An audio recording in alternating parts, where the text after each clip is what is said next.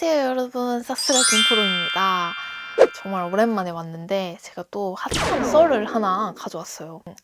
제가 같은 아파트에 사는 주민이랑 친목 모임을 하나 하고 있습니다. 그 모임이 보통은 퇴근 시간에 시작해서 10시 반에서 11시 정도에 끝나요. 그래서 그날도 어김없이 모임이 끝나고 이제 집으로 가고 있었어요. 근데 저희 동 앞에 나이를 가늠할 수 없는 한 여자분이 이렇게 완전 몸을 쭈그린 채로 고개도 푹 숙이고 있고 발을 보니까 맨발에 슬리퍼를 신고 있는 거예요. 혹시 괜찮아요? 하고 말을 걸었어. 가까이 가봤어. 그러니까 진짜 완전 애기인 거예요. 한 중학생? 고등학생 정도로 뭔가 보이는 사람이었었고, 원래 울고 있을 때 누가 말 걸어주면 서러워서 막 더 울잖아요. 아빠한테 맞아서 울고 있어요. 울고 있는 분한테 몇 살이냐고 물어보니까 16살이라고 하는 거예요. 딱 봐도 애기 같아 보였는데 심지어 16살이야. 그러니까 너무 뭔가 안쓰럽고, 혹시 아빠한테 이제 맞은 게 처음이냐 라고 하니까 많이 맞았다고 하는 거예요. 아빠가 핸드폰을 뺏어가서 달라고 했더니 이제 맞아서 맞다가 도망 나온 상황이라고 말씀하셨었거든요. 근데 아빠랑 왜 그렇게 싸우게 된 거냐? 그냥 답답해서 5시 반에 나갔는데 아빠가 어디 나갔다고 말하는 걸 안 믿어줘요.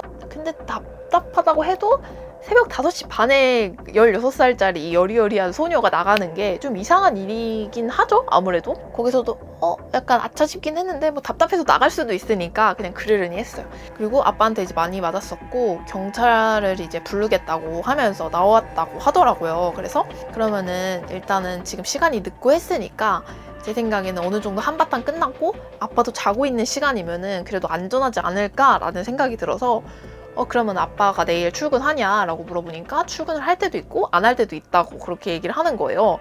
그러면은 너는 이제 내일 학교를 가냐라고 하니까 숙녀제라서 2주 동안 학교 안 가요 라고 하는 거예요. 저는 숙녀제가 뭔지 몰라가지고 숙녀제가 뭐예요? 이렇게 얘기하니까 2주 동안 학교를 안 가는 거래요. 그래서 코로나도 아닌데 무슨 2주 동안 학교가 쉬나? 요즘 약간 정부가 뒤숭숭해가지고 그래가지고 2주 동안 뭔가 쉬는 기간이 있나 보다 라고 이제 생각하고 그거를 이제 넘겼어요. 아빠가 뭐 집을 나가라 해가지고 자기가 3주 동안 집을 나간 적이 있대. 그러면은 이제 엄마네 집에 가서 잤었냐 하니까 뭐 그냥 여기저기 다니고 비상계단에서도 잤었어요 이러는 거예요. 그래서 16살짜리 애가 무슨 비상계단에서 그 잠을 자나 싶어가지고 저는 진짜 막 온갖 걱정이 되더라고요. 가정폭력이라는 게 한두 번에 끝나는 게 아니잖아요. 그래서 얘를 좀 보호해줘야겠다라는 생각이 들어서 이제 전화번호 적어주고 이제 힘든 일이 있으면 연락을 해라. 근데 말하면서 그 대답들이 조금은 석연치 않은 게 있긴 있었어요.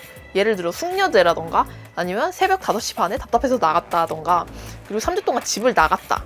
사실 이것도 뭔가 아빠가 나가라 한다고 그렇게 나가는 것도 흔한 경우가 아니잖아요. 조금 수상하긴 하다.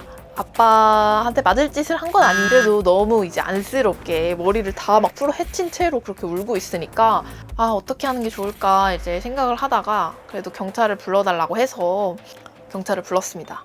두 분 오셨는데 한 분은 그분이랑 이제 얘기를 한다고 데려가시고 또 이제 저도 신고자 뭐 인적사항도 적어야 된다 그래서 신고 당시에 어떤 모습이었는지 어떻게 뭐 발견을 했는지 그런 걸 여쭤보시고 그분이랑은 인사도 못하고 그냥 저희가 잘 인계해서 뭐 조사를 하겠다. 그래 조심히 잘 들어가셔라 해가지고 저는 이제 집으로 들어가게 됐어요. 그리고 그 여자분이 저랑 이제 둘이 있을 때 말했었던 게 뭐냐면 자기가 경찰에도 신고를 해봤다. 떼기로 때린 거는 뭐 훈육이라서 괜찮다 하면서 경찰관이 돌아갔다 이런 얘기도 하는 거예요. 그래서 이번에도 신고했는데 그냥 대충 훈육 뭔가 조치를 하고 집에 들여보내면 어떡하지 이런 생각을 이제 했었는데 그 일로부터 한 30분 뒤에 경찰분한테 전화가 온 거예요.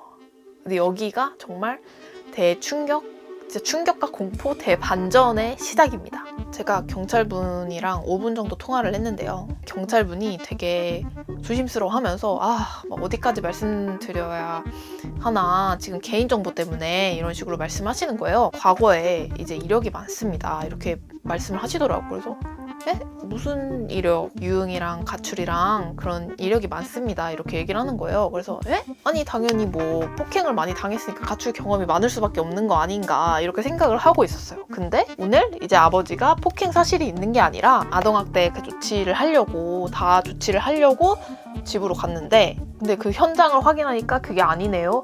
이렇게 이제 얘기를 하시더라고요. 휴대전화에 그 만남 어플이 있잖아요. 그 만남 어플이랑 성매매 관련돼서 이제 핸드폰을 뺏은 거였더라고요. 그걸 이제 걸려서 홧김에 나가서 울고 있던 상황이었었다라는 겁니다. 어플 만남, 성매매가 걸려서 아버지가 구두주걱으로 한두 대 때렸다. 그거를 이제 인정하셨다고 그러더라고요. 근데 거기서 갑자기 아이가 체세전환을 한다고 그러는 거예요. 경찰관한테 쌍욕을 하면서 달려들었다고. 갑자기 이제 반말을 하더니 네가 무슨 경찰이야? 이러면서 내가 성매매를 하든 뭘 하든 네가 무슨 권한으로 나한테 이러세요? 이러면서 아니 갑자기요? 그분이 사실관계 확인을 위해서 핸드폰을 이제 보셨대요. 그 아이의 핸드폰을 봤는데 그거를 딱 걸리고 나니까 완전 퇴세전환을 한 거죠. 근데 경찰관 분이 확인한 결과 그런 어플이 정말 다 깔려 있었고 제 생각에는 그곳에도 발을 들이지 않았나 싶습니다. 그리고 아이 스스로 나온 거고 아빠한테 핸드폰 뺏겨서 항의차 나온 거다라고 이제 말씀을 해주시더라고요. 아니 근데 그 친구가 3주 동안 이제 나가서 비상계단에서 자고 막 그랬다더라 이렇게 얘기를 하니까 그것도 다 거짓말이고요 이러는 거죠. 아빠가 진짜 너무 많이 힘드셨나 봐요. 그래서 너 그냥 엄마한테 가라 그렇게 한포리로 말을 하셨는데 진짜로 이제 3주 동안 나간 거죠. 근데 엄마한테도 안 가 있었고 그래서 가출 신고도 하고 아빠는 이제 전전긍긍하면서 엄청 찾아다니셨다고 하더라고요. 근데 제가 전화번호도 줬다 혹시 몰라서 이제 라고 말을 하니까 받지 마세요. 절대 받지 마시고 혹시 돈 빌려달라고 할 수도 있으니까 모르는 번호 오시면 절대 받지 마시고 혹시라도 엮이실까 봐 그런다 그러면서 절대 엮이지 말라 그렇게 이제 말씀을 하고 끝났습니다. 저도 이게 진짜 실제로 겪어보니까 너무 어이가 없고 친구들이 이제 배신감 느끼지 않냐 막 그러는데 배신감도 안 느껴지고 그냥 아직도 경찰관한테처럼 제 눈을 똑바로 보고 달려들지 않는 이상 저는 그 친구의 뭔가 다른 모습을 여전히 뭔가 믿지 못할 것 같은 거예요.